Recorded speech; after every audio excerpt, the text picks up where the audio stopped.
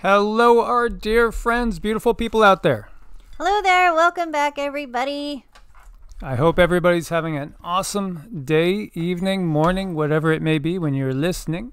Right. Well, we're going to definitely try to make it just a little bit better. Yes. Please do subscribe both channels, EEARTS and also on Evolutionaryenergyarts. Again, Evolutionary is where we're going to cover most of the what's happening out there in the crazy world, in the end of the Kali Yuga. And EEARTS is where we're going to be going deeper into the spiritual side of things. We do want to give thanks to our Patreons and also those supporting us on Ko-Fi. We couldn't do it without you guys' help in these times. And do check out Medicinal Foods. Lots of good stuff there for detoxing, boosting the immune system, getting yourself into the best health possible. Make sure to use coupon code EEA. Get a discount. It does also support the channel. So this, there's some articles that just hit me right off the bat, and I want to share just a little bit about them. So we see here how hyperdimensional space-time might explain individual identity. And one of the things as I was reading this that really stood out was the fundamental way that science looks at our consciousness. And again, this system that we're in, you guys know, it's inside out, it's upside down, it's back asswards. It's all about, again, control the narrative. So most scientists and some philosophers assume that consciousness, I wouldn't put it as most philosophers. Most scientists, yeah. Some philosophers assume that consciousness, and hence the sense of self, is generated by the brain, generated by the chemical electrical activity going on in this physical matter in between our ears. However, while there are numerous correlations between the contents of consciousness and brain processes, we still have no idea how the brain generates consciousness itself. Personhood. This is a famous hard problem of consciousness, and it cites a study there. Indeed, it is sometimes argued that the brain is merely a filter or a receiver of consciousness, just as a TV set is a receiver of the images produced elsewhere. Clearly, this is not a standard view, and unfortunate, and it does kind of give us a bigger inkling as to why we're in the predicament that we are in with the mindset of the power structure of this planet. Most of the evidence for the filter model comes from phenomenon that has not yet attracted, I should say, mainstream credence, and you won't because they don't want this being known. Near-death experiences, terminal lucidity, etc. How about other traditions than the Abrahamic tradition, the fundamentalist Abrahamic tradition that rules this reality? Or the other part that they'll have you gladly accept is that the atheistic point of view that there's just nothing. They're happy with you looking at things from a fundamentalist monotheistic point of view, even though many are automatically thinking that they're the subject of persecution. The persecution, if we really look throughout history, has been of the people that are in tune with the earth, the shamanistic traditions, the indigenous people around the globe that were much more in tune and in harmony with the earth and all the natural creatures that are on this planet. It's the system that's been put in place and the mindset, the filter we view the world through, that allows us to do all the horrible things that we've done to the planet itself and not treat the planet like it's our mother or like it's a part of us or that we are a part of it. So again, just the thought that consciousness comes from the physical brain, when you start looking at the Eastern traditions or the mystery traditions, the occult traditions, no, that's not accepted at all. And in fact, it's recognized that that is completely wrong. You know what's really exciting now what we have going on is so many people are finally moving from this concept that God is just someone in our image, that us and God, we are the exact same thing, and our human emotions are reflective of that God. And people are understanding that it's not a God. They're understanding that source is something different. And for us to try to capture source and put it in that box of understanding, that's not source at all. Source is something that is, it is everything. It is what we are. We are a receiver. Our whole bodies are a receiver of this information, and not just our bodies, all the other entities around us. It's one big conversation, and natives would understand that when you're out, when you're out gathering, foraging, doing what you do, you are having a conversation with the ether. If an eagle were to fly by, they knew that that was consciousness sending them a message. If the river runs dry, that's more information. It's consciousness is speaking to them.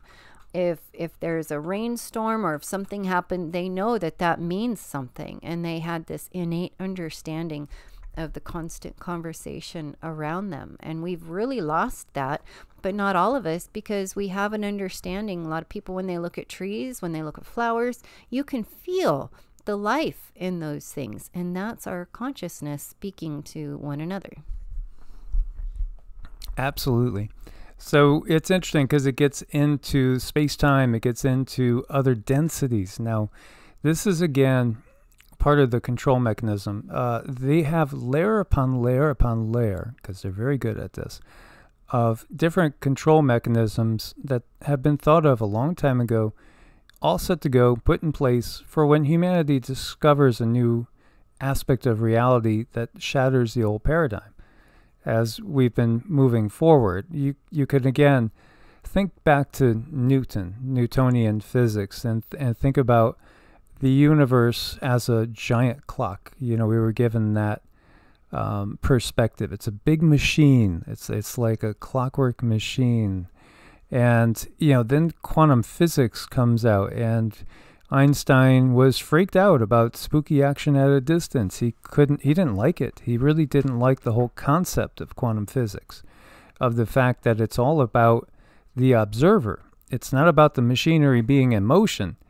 And again, it's about the observer. The observer is consciousness itself. And the reality that's going to come out is that we are multidimensional beings. We're not so simple. You are not just even the consciousness that resides in this 3D body by itself. Oh no, you're much more than that. And as we've talked about, when we're asleep, we could view that we're on 4D.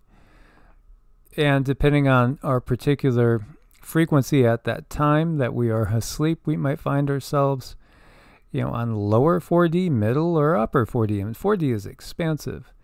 There are Buddhist monks that have done even, I guess you could call them studies, just documenting different places in the 4D realm. And that's just a fascinating thing to get into if you want to do Google search on Buddhist monks and the whole entirety of the astral plane. It's just vast, and that's just one density. We don't really know how many densities there are. And at the same time, we don't even know how many of you there are, or of me. Oh boy, it's mind-boggling. When we start delving into exactly what we are, it's much, much more than one would guess. And yet, why do we have this line of thinking that either, we are a created being by somebody else? Why do we even think that? That is so ingrained in everybody's thoughts.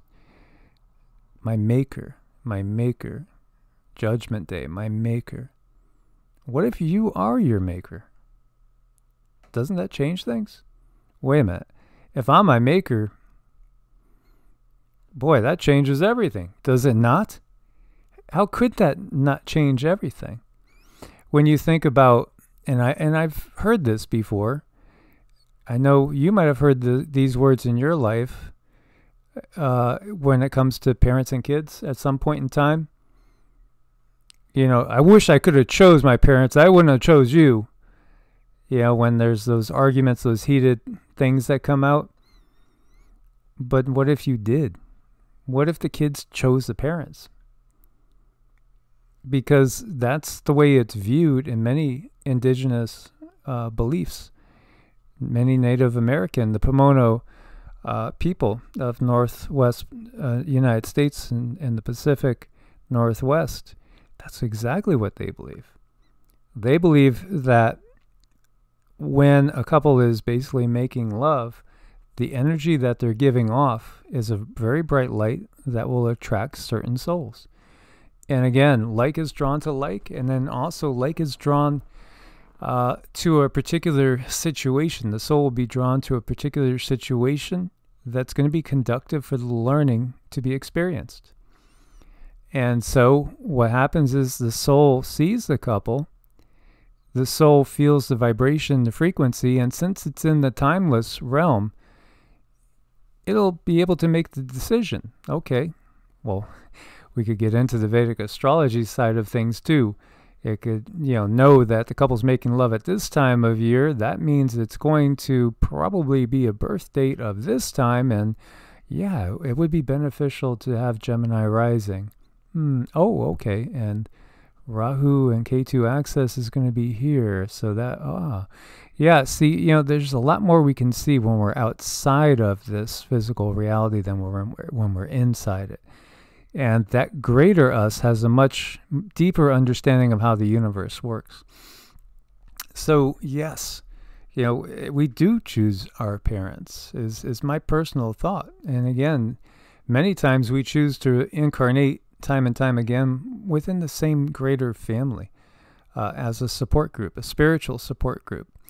And so, sometimes you might be in the body and other ones that are not in the body might be what we would call your spirit guides, or you might call them your guardian angels, whatever is your preference, and support them from the outside.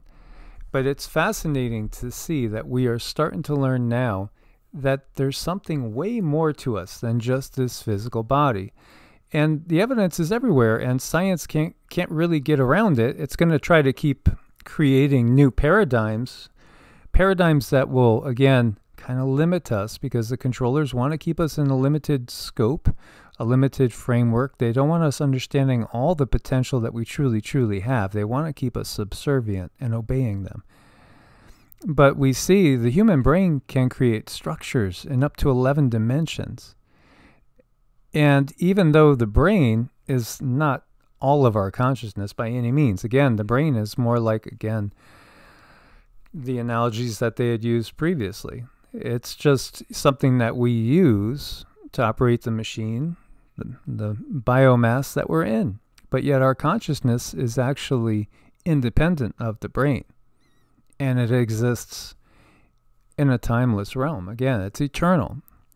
But yet our brain has been turned off. Our genes have been turned off in many ways, as we've talked about. The DNA has been edited.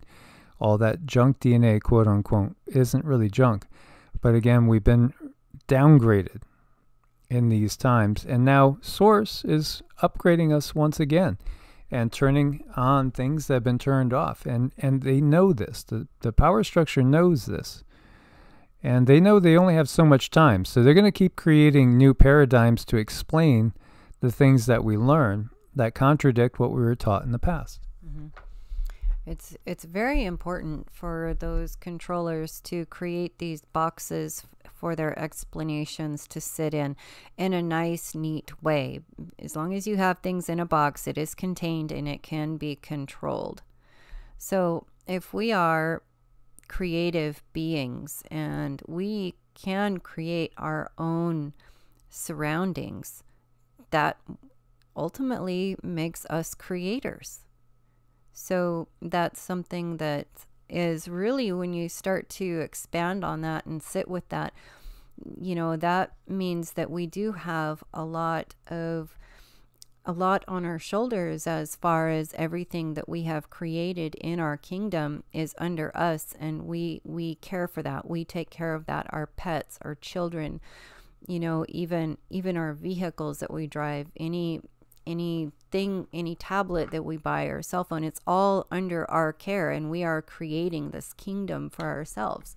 And we've been given this time to come here and create a reality within an identity that can't really be named. It can't really be described yet. Scientists are very comfortable as long as they can keep trying to describe things. It makes them very comfortable. That's very important to them. And just sort of think about that for a little bit and know everything that we've been taught from a young age, and this can get difficult. Everything that we've been taught is basically to control us. Instead of us expanding like a flower, blooming like a flower, well, we're kind of told when we can do certain things, and when we can do them, why we can do them, how we can do them, when really we should just be left out there in Earth's beauty and allow ourselves to be.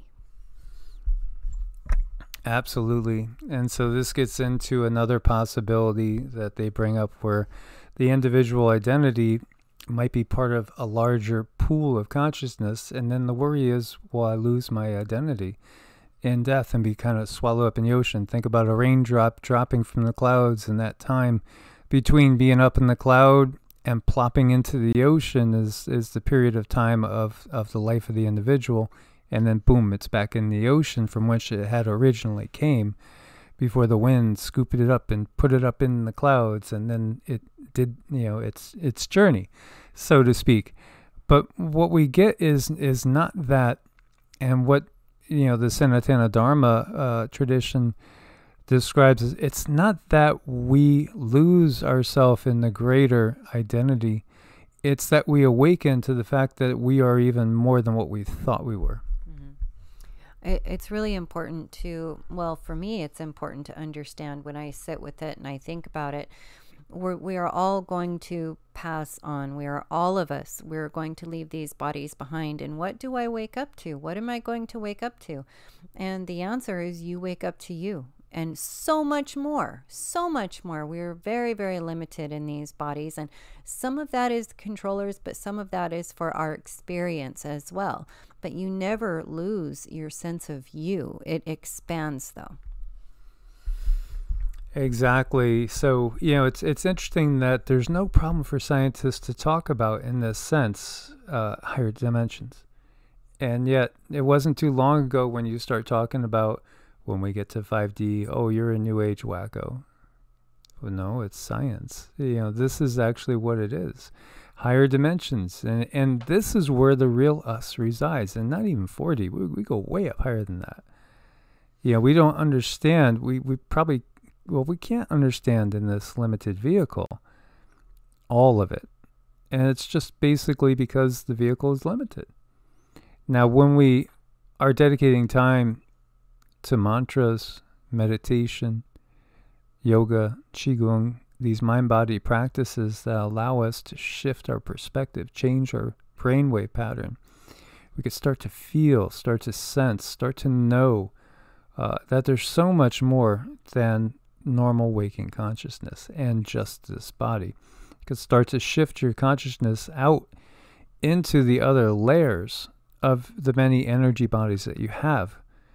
Just if we talk about 11 dimensions that the brain is ready for, you have many, more than that even, at different dimensional aspects to yourself. And so, it's all basically a case of revealing the true you. So many people, if we're just looking at the news and we're looking at what's going on, the chaos in the world, that's ever increasing, it might get depressing. You might feel like, what's the point of going on in this world? It's such a mess. Well, again, we if we chose our parents, we also chose to be here. Now, yes, there are thoughts that there are some sort of karmic trap set up and all. And we have found individuals that get lost for a time and stuck and through different traumatic events.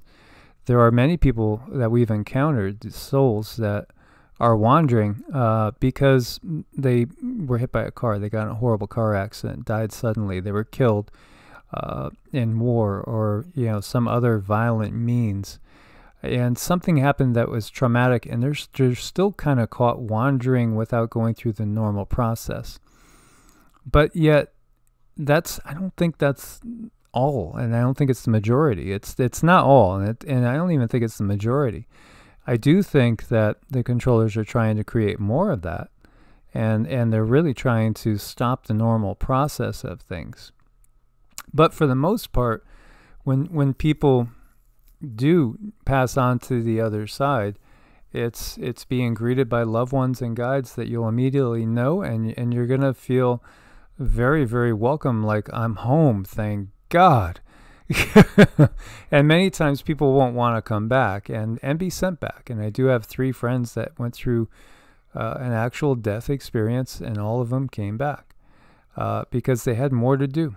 They just had more to do. They hadn't achieved everything that the higher self, the aspect of us that decides to do this in the first place, had wanted to achieve when the decision was made to come into the body. So instead of taking that fatalistic point of view, it's really about, well, why do you think you're here? Why do you think you're here in such a tough time? And again, it's because, again, the greatest lessons are learned in times of the greatest trial. Mm-hmm. We really, really discover how strong we are when we are able to get back up. That's where we see our strength. So many of us have been knocked down something fierce, but you know what? We got up and we got stronger. So it's important to hold that energy and understand your worth and your value, and, know your purpose. Know that you are here to bring in a whole new age, And I always say, if you've made it to Earth, congratulations, you are a master manifester. You have done so well, because it's not easy to get here. You really have to understand manifesting, and you guys are doing it. And it's important that we understand that, and we are good to each other and supportive of each other, because in these crazy times, it's really important to stay positive in that sense and back one another up, because this adds to growth. It adds to our understanding. It adds to our value to life. It's really important to just kind of walk with each other hand in hand, and trade stories back and forth, and understandings, trade wisdom. And in that is just a really beautiful place to be. But sometimes you have to look for it. It's not, if we're going through a really hard time in life, we might not see that right away. And that's where the value of a gratitude list can come in. Because if you're really down and you're really low and you're just having a real hard time pulling yourself back up, that gratitude list is there and it's ready, and you read it and you feel it, and you start to shift out of that lower vibration into a higher vibration. So the term self-realization is a term that's used in Eastern traditions, yoga philosophy, psychological theories, other spiritual schools of thought, denotes a state in which the individual knows who they truly are and is fulfilled in that understanding. So for some, it may manifest itself in understanding that they are at one with the omnipresence of God, or that God, with the big G, source, is within them. And others might view it slightly differently. But when we know that the real us is that which can't be destroyed, that which is eternal, this is just a temporary vehicle, having this experience here on Earth in the 3D as it passes from the Kali Yuga, out of that dark age into a new age. Will it be perfect right off the bat? No. There's always going to be growth. There's always going to be challenges. But it will be one in which the individual and the soul will be more free to grow and choose its own direction of growth without interference from outside forces.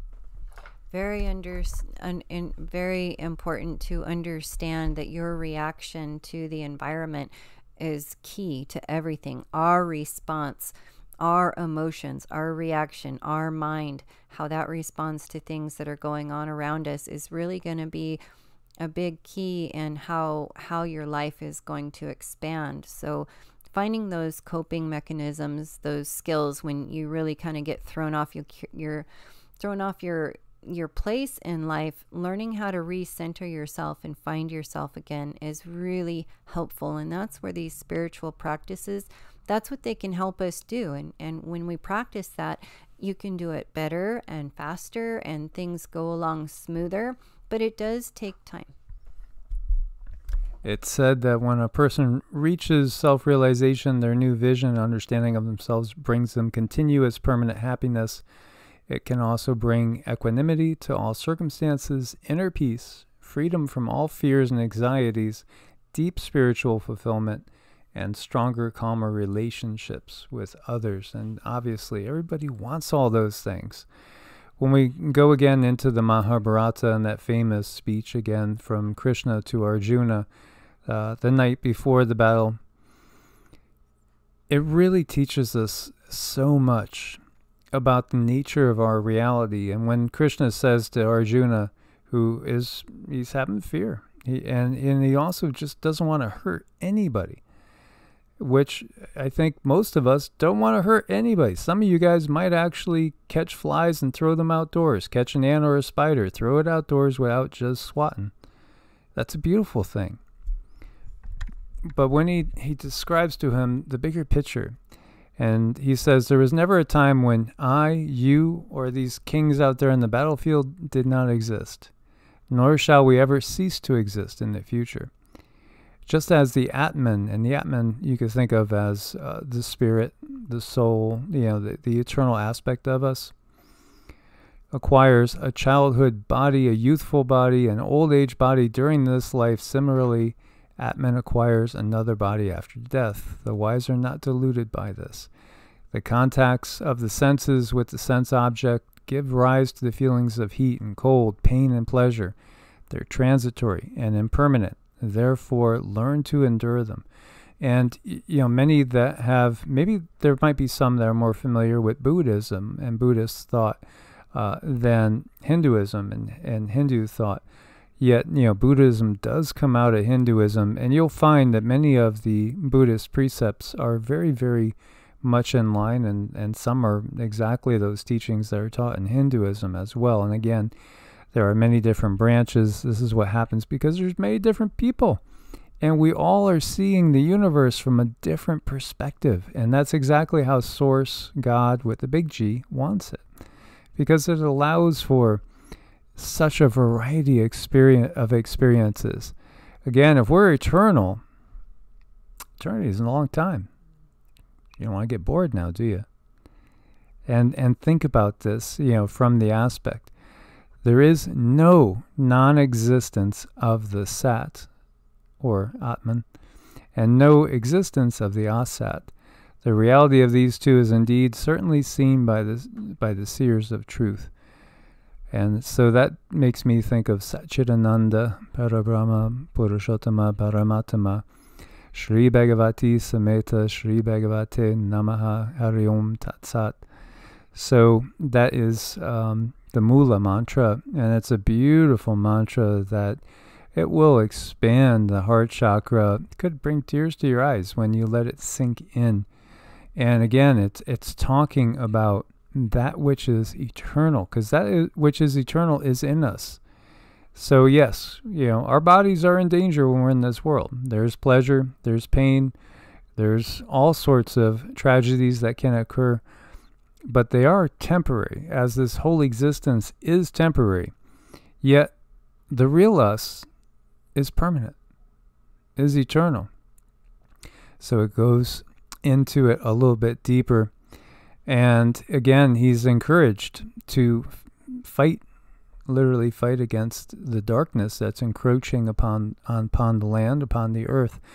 And again, it's not long after this battle that the Kali Yuga begins. And, Krishna leaves and the Kali Yuga begins upon the earth. And yet, he was admonishing him to fight against the darkness. And so all of you out there, if you're listening to this, you're spiritual warriors as well. Very much so. Beings who want to come and help other beings, regardless of what else is going on. Just knowing, just having that understanding, that deep understanding that, something isn't right, and you've come here to bring in something new. The Kali Yuga, it's very, very dark, and dark also in the sense that light being the information that it is, light is not making it all the way here to where we're at in this time space arena. So light is information, but all of you are learning so many really good things about how to live life, how to cope, how to walk a path. And it's going to become very, very important, as people around you are going to open up and they're going to say, well, the system isn't working. What is wrong here? And you'll be there with information for them, because at some time and point, most people go through something and all of a sudden things just don't make sense. Why is this system not working? What is wrong with this system? So they start to ask questions, and we are like a light anchor of sorts wherever we are at to bring this information and understanding and validation to others who might need it. Absolutely. So here we are. This is the big battle that's right in front of us right now. That's starting to happen all around us right now. Well, how are we going to act? Are we going to run away with our tail between our legs? Or are we going to stand strong and do our part in fighting against the darkness? And that could be as simple as just sharing a video. It could be just having a conversation with somebody. And many times I've been in the grocery store and just found myself, giving somebody a little information that I think they could use. It might be as simple as, wow, prices are going up. Have you stocked up a little? Do you think things are going to get better, or do you think things are going to get a little bit tougher? Just little things like that could have a big effect. That's still part of this battle. And then most definitely sharing what you know. And most definitely saying no when the forces of darkness are trying to bully you and cause you to cower in fear. Ultimately, we have nothing to fear, because we might lose these vehicles. I love my 71 Plymouth Satellite. I don't cry over it though. It was just a vehicle. It got me from point A to point B. It was fun. But that's not me. I'm not that vehicle. And once we realize that, then truthfully, that truth will set us free. It's all about how we are going to react, and it's all about what we choose to do to uplift as many people as we can in whatever way we can. Maybe, it's that you can help support a neighbor. Maybe it's that you can help plant some trees, some fruit trees or fruit bushes. Maybe you could share your gardening experiences with somebody else. It could be anything that fits you, because you are a unique individual soul. And that's the way things are supposed to be. Everybody should be respected for their uniqueness and their individuality. Mm-hmm. And we all have a lot to share. And when it comes to these vehicles that we're in, they're very important for our experience and what kind of experience we're going to have for our ability to perceive information, because we are that radio receiver. We are receiving a lot of information, and depending on how well you take care of yourself, well, that's gonna decide how well or how not well you're going to receive all the other information. So it is important to eat right, take good care of your temple, because all of this information, it goes to your soul. It's ultimately going to go all the way back to source. So we're here for soul growth. We are here to expand. We are here to assist each other. And it's a really important time. And it's a time where there's so much rapid change. I think it's a good idea if we have each other to bounce things off of, because we're all kind of like little blind children when it comes down to it, just trying to make our way through the dark, because we haven't been taught any of this stuff about consciousness. We've only been taught what the controllers want us to know. So it's up to us to reach out and be brave and open up and talk with one another about this thing called consciousness, and things like understanding, and, you know, walk with one another hand in hand. You know, ultimately, we're all just kind of walking each other home from school. So as always, God bless and namaste. Namaste.